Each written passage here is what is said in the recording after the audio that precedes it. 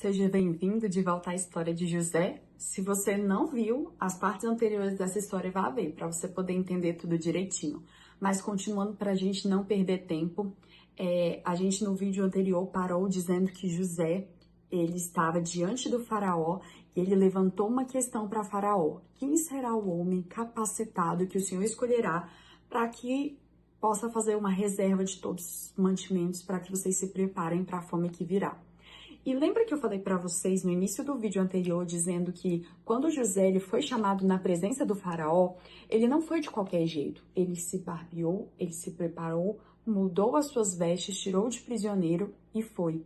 José a história dele, todo o enredo da história dele tem grandes ensinamentos, tem grandes fundamentos, tem pequenas tem vários desenrolares que são de tamanha importância, de tamanho valor. E o que eu queria dizer para você, o que isso tem a ver?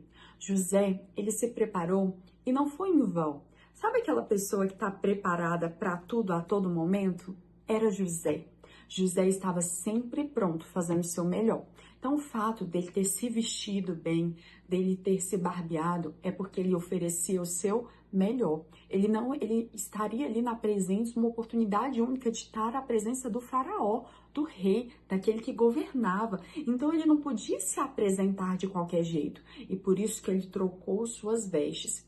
E ali, quando ele estava na presença do faraó, o faraó não olhava ele apenas como um prisioneiro. E talvez, pela forma com que ele estava, nem se lembrasse que ele foi um prisioneiro. Porque José estava cuidado, bem vestido, ele tinha boa aparência. E diante disso, diante das circunstâncias do que tinha acontecido, né, daquela grande revelação, o faraó então olhou para José e disse: olha, se Deus te deu sabedoria para entender esses sonhos, se você teve capacidade de me dizer o que está prestes a acontecer, eu acredito que você seja o homem capaz de cuidar de tudo, de nos preparar para o que virá.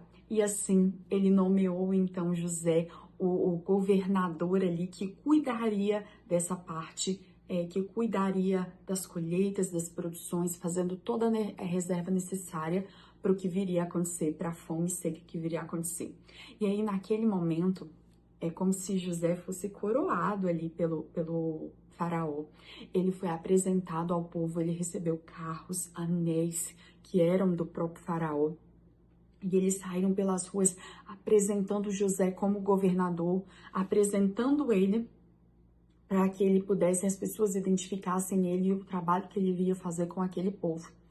E sobre José e sobre essa trajetória que foi a partir disso, a gente sabe que que uma das características de José era o seu comprometimento e a sua fidelidade. Ele foi preso injustamente, ele foi vendido como escravo injustamente, e nessa oportunidade José não seria diferente. Ele foi fiel, ele foi comprometido, ele fez o seu serviço. José aí já tinha por volta dos seus 30 anos de idade. Ele viveu os 7 anos de fartura, ele separou tudo o que eles podiam em todas as cidades, montaram ali galpões, espaços para que armazenasse tudo, se preparando para os dias difíceis que viriam. José fez o seu trabalho de uma maneira impecável, garantindo que o Egito se sobressaísse muito à frente dos outros países, né, dos outros povos.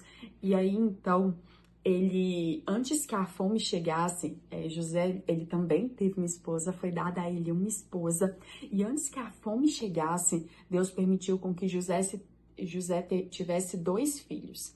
E aí, o nome dos filhos eram Manassés, e ele deu esse nome porque, segundo ele, esse nome era querendo dizer que Deus me deu para esquecer todo o sofrimento e toda a minha casa, a casa do meu pai.